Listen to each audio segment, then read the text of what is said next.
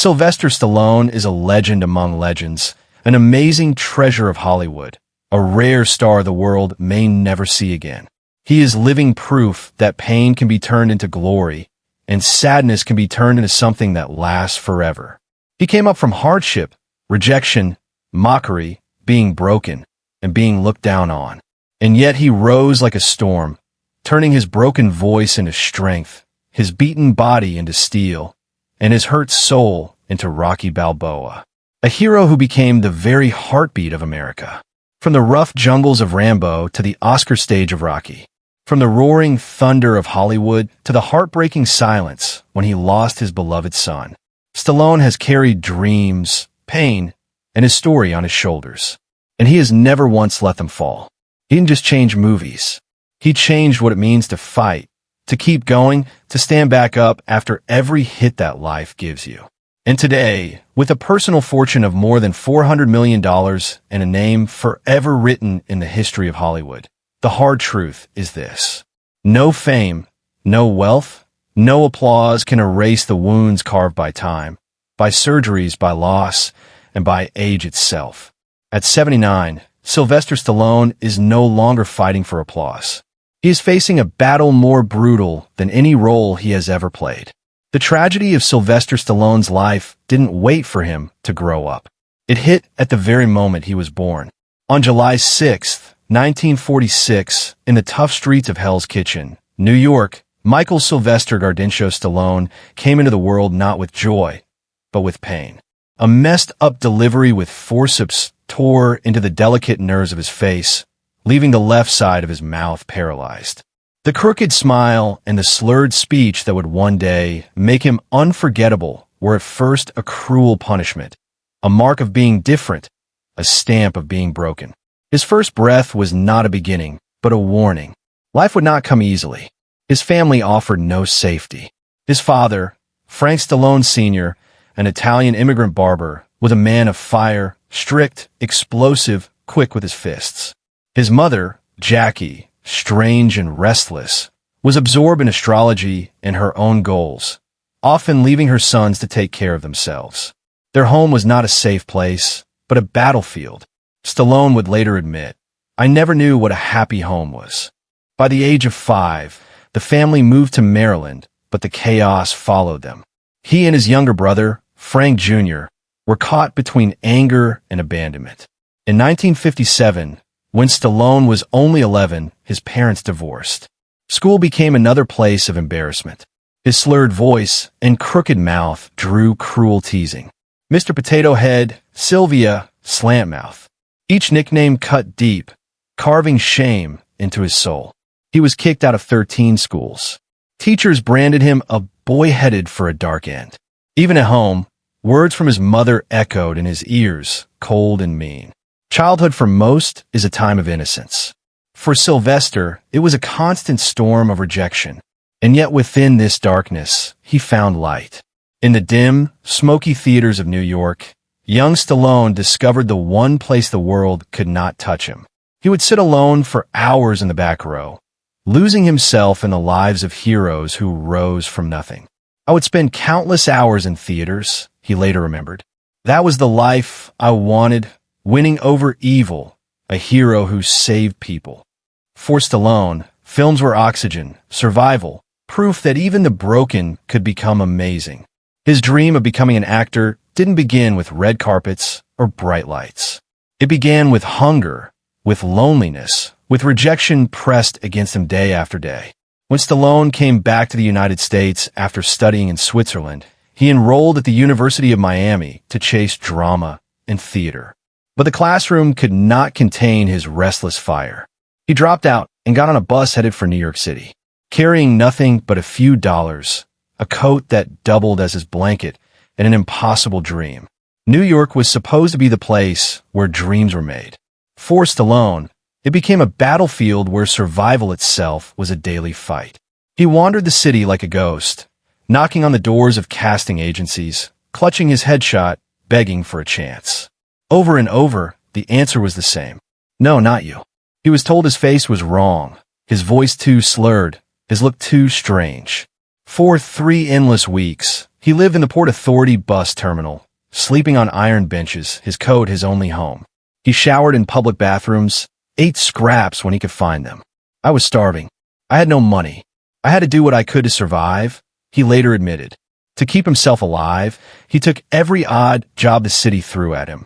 Cleaning cages at the Central Park Zoo, selling tickets, even scrubbing lion cages at the Bronx Zoo. Each job ended the same way. Another firing, another closed door. And yet within the ruins of those years, the seeds of greatness were quietly taking root. Stallone began to write. Late at night, he poured his rage, his rejection, and his unfulfilled dreams onto the page. He discovered a truth that would one day change his life. If Hollywood would not give him a role, he would write one for himself. But life had one final cruelty to deal him. In the depths of his poverty, Stallone faced a decision more heartbreaking than any rejection letter. He owned a bull mastiff named Butkus, his only companion, his truest friend. But hunger is cruel. With no money left for food, not even for his dog, he stood outside a liquor store and sold Butkus for $40. As a stranger walked away with his beloved companion, Stallone stood there in tears, shattered by the weight of a world that seemed determined to take everything from him. He later admitted that it was the lowest point of his life. His miracle didn't arrive wrapped in luck or privilege. It was built out of hunger, embarrassment, and a refusal to surrender. In 1975, at just 29 years old, Sylvester Stallone sat in a crowded theater and watched the underdog boxer Chuck Wepner go the distance against Muhammad Ali. Something inside him caught fire. He went home to a tiny apartment and over 3 sleepless days poured his desperation and hope into a script. Out of that storm came Rocky. When producers read it, they were amazed and quickly offered him $350,000. But Stallone shocked everyone. He refused the money. If I sold the script and someone else played Rocky, I would have betrayed myself. I couldn't live with that. He demanded to play the lead. The studio finally agreed, but cut the budget to barely $1 million. In 1976, Rocky hit theaters and changed everything.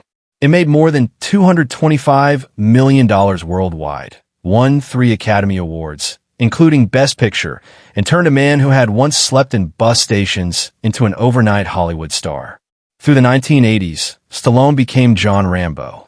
By 1988, he was earning $16 million a film. But behind the posters was a man driving his body to the edge. For Rocky III, he starved himself down to just 3% body fat, so dangerous doctors warned it could kill him. On the set of Rocky IV, he insisted that Dolph Lundgren hit him for real. The blow damaged his heart and left him in intensive care for 9 days.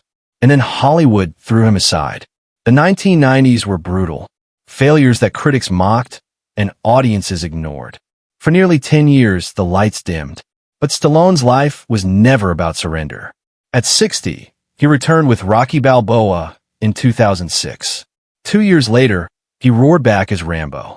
In 2015, at 69, he passed the torch in Creed, earning another Oscar nomination. In 2023, he reinvented himself in Tulsa King. Nearly 50 years after Rocky, Stallone still stood, scarred, older, but unbroken.